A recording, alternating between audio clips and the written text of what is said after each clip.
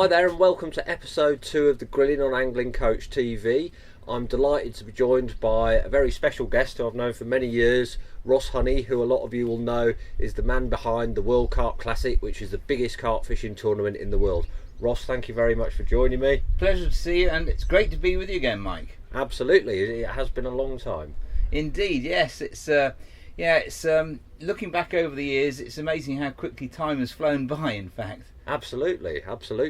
And if we rewind all the way back to 1998 when the event first began, now you're not a carp angler yourself, so it begs the question, what on earth possessed you to start running a carp fishing tournament? Well, that's a very good question. I mean, I used to work for Brittany Ferries, a shipping company, and the two passions I've got in my life are golf and fishing. And when I left Brittany Ferries, I've been there sort of setting up events and different things and dealing with that side of things. I set up a fishing event in France, taking, I think we took nearly 200 people over to France to participate in a selection of events, match fishing, pleasure fishing, specimen fishing, but all at the same time. And the carp anglers were just a really great bunch of guys, really great fun. They really enjoyed the venue. They caught some fish. Those that didn't still had a good time. And I just thought, these guys are special. And then I looked into carp angling a bit further. I thought, do you know what? I'm going to set up an event, and a big event, because there was nothing really around along the size and scale that I had in mind. And the first event was at Lac de Medine in France, which is quite a formidable venue. What were the initial difficulties that you faced staging an event there? It's in France. No, seriously, it's a vast water. The water had never been closed completely for an event like the World Carp Classic. We needed to access to nature reserves, we needed access to islands. The logistics involved were vast, and of course I had no experience really in organising anything like that at that point in time. And the World Carp Classic stayed there until 2001. It then moved on to Lac Amance, which is in the Forêt d'Orient region. What was the decision behind that? Well, the thinking behind that was we'd been to Medine for several years, and it's like going to a really good restaurant. That the food may be great, the first time you go there, the second time, the third time, and still the fourth time. But nevertheless, you want to change. And anglers, and I sensed that the anglers wanted a different challenge that would participate in the event, and thus Lac Amance. And then after a few years at Amance, it moved on to Orient, mighty Orient. Yes, which is a venue certainly not for the faint-hearted. Why did you decide to move it on to there? Well, the Orient and Lac d'Orient was a venue that, as I got more familiar with carp angling and the challenges involved, it really was one of the great venues. And because we were wanting to organise an event on really the best venues that there were, thus Lac d'Orient. But to be frank, whilst Lac d'Orient is a great venue, is actually too hard for the type of event that we're staging. There certainly weren't enough fish caught, and at the end of the day, anglers know that Lac d'Orient has got some huge fish in, but they still like to catch fish. Yeah, indeed. And it was 2007, wasn't it, when the event returned to Medine? Yes. What were the big changes for the event that year? Well, what we'd done is we'd opened up actually even more areas of the lake, and because we were very familiar with the people at Medine, literally they gave us the keys to the venue. Give us the keys at the end of the event when the event's finished, and really that was it. But looking at Medine at that point in time, we decided to take out some of the venues, some of the areas that had caught fish previously, because what we'd found is Medine was becoming predictable in terms of where, if you drew certain pegs, pretty much you knew that's where the winning pegs were going to come from. And then a few years later, I think was it 2012, the event moved on again to a really incredible venue, which is Bolsena in Italy. How big was that roughly? It's 43 kilometres around the edge of the lake. I mean, it's absolutely. It's the big. In fact, it's the biggest volcanic lake in Europe, Mike. It's a Right. vast venue. And obviously, with a venue that size, it presents challenges. So, what were the main challenges you had to get around for that one? The logistics in that were just phenomenal, absolutely phenomenal. Just literally, if somebody caught a fish on peg number 43, for instance, that could be an hour's drive away from where you were. So physically getting media crews around filming, but the venue itself was it really is. It's the 5-star venue, if you like, for carp fishing events. In my opinion, it's you can drive pretty much to every single peg in your car. You unload your car. You've got beautiful grass banks, Italian restaurants and pizza and ice cream parlours right behind where the guys are fishing.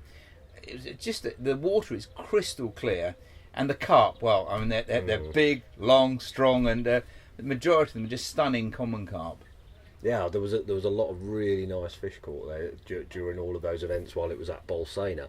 And then last year, returned to Medine, but with a different format, which I have to say was a real masterstroke, because the format was that only the biggest 3 fish caught by each team would actually count towards their final total. Correct. How did you come to that decision? Well, again, I mean, over the years, I mean, it's 19 years we've been running the event now. We know a lot more now than we did before. And what I could see is to keep the event interesting for everybody right until the last moment, we needed to come up with an idea and a format change that would achieve that. And by altering it so that it's the 3 biggest fish that counted. So even if somebody was catching in an area, if they caught 20 fish, it was still the 3 biggest ones that counted. That in itself, last year, everybody loved the format, and on top of that, it kept everybody's attention, even the viewers, right until the very last minute. Absolutely. I do have to confess that I nicked that format for a similar match that we did in Essex, obviously with slightly smaller fish, but it was a runs water, so basically even if you caught 20 odd fish, you could still get beaten by somebody with just 3 fish that happened to be bigger than your biggest 3. So yeah, definitely a great idea. Okay, Ross, so in 19 years of running the event, and this is putting you on the spot slightly, if you had to pick one highlight, what would you say it would be? Oh, crikey, O'Reilly. One highlight. Well, highlight for a different reason was probably going back to 1998, is when I saw the mountains of equipment all these carp anglers had to actually physically get transported to their pegs. I mean, that was incredible to see that. But seriously, I mean, there's some of the stunning fish that I've had the good fortune of seeing. Great anglers catching over the years, and the fantastic camaraderie, and the World Carp Classic family that's been formed as a result of the event. And that leads me on to talking about the future of the event. Now, you've got something very exciting coming up for 2016, a new venue, a new country. Tell us all about it. Well, again, as we spoke about earlier on, Mike, about it's important to keep innovating, to keep changing things, and to keep things interesting and exciting. So we are moving the World Carp Classic this year for the first time to the Czech Republic. After a lot of research and meeting many great people in the Czech Republic, we have an absolutely awesome venue. It really is a fantastic venue. I think it'll be very fair. I think there'll be a lot of anglers that will catch and catch some really, really good carp. The venue itself is well known within the Czech Republic as the home of carp fishing in the Czech Republic, and there really are some monster carp actually in this lake. So it's going to be interesting, as always, to see if they put in an appearance. But the infrastructure there is fantastic. Bivy City can accommodate up to 6,000 people. And yeah, 6,000 people. There's an outdoor theatre. There's a huge outdoor cinema, bars, restaurants. It's a perfect venue to actually have Bivy City. So the opening party night will be a really good one. And then the lake itself, it's a different challenge.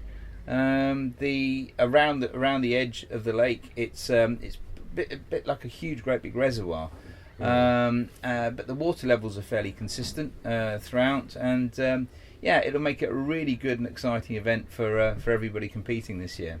Yeah, it certainly sounds it. And in terms of like sponsorship deals, have we got anything new in the pipeline that we perhaps hadn't seen before? Yeah, I mean, what's been great is we've got a great team of, if you like, world-class sponsors that we're involved with, and they're involved with the World Carp Classic now. Lawrence, one of the companies that have got involved with the World Carp Classic, and there's a long-term agreement been signed with them. And of course, then we've got Shimano, we've got Dynamite Baits, Carp Spirit, another company that have got involved from the Rapala group. With the World Carp Classic, and I think it's great to have such good, strong companies that we're working with, and will in fact work with long into the future now. Well, it certainly sounds like it's going to be a great event, and as always, I wish I could be there, but obviously with work you can't always get to these events. But looking forward, beyond this year, what's going to be happening with the event? Can you tell us anything about that? Yeah, well, it's kind of strange because this year in particular, when we launched the 2016 event, it completely filled in 3 weeks. And we had 110 places, and of course the format changed, so you can have up to 3 anglers competing in the team. So, but what happened is we ended up with over 330 teams actually wanting to participate in the event. So we've had to turn away 220 teams. So to address that, what we're going to do, and once every 4 years, we're going to run what's called the World Carp Classic Super Cup. What that is, it's the World Carp Classic, but literally supersized. So we could have up to 750 anglers competing in that event, with well over 250 teams competing. Huge prize table, fantastic venue, and of course the party will be even bigger and better. Absolutely. Well, I'm certainly looking forward to seeing how the event's going. In terms of my involvement with the event, I've been involved with it since 2001, and even when I haven't been able to make the event, I've definitely kept up with it online, and I certainly always will. Thank you very much, Ross, for inviting me down. We're actually in Emsworth on the south coast at the moment, and Ross is going to take me out sea fishing, which is completely uncharted territory for me, so it's going to be very interesting. But thanks for watching again, Ross. Thank you very much for joining me. It's a pleasure as always. Mike, thank you very much. Cheers, Ross.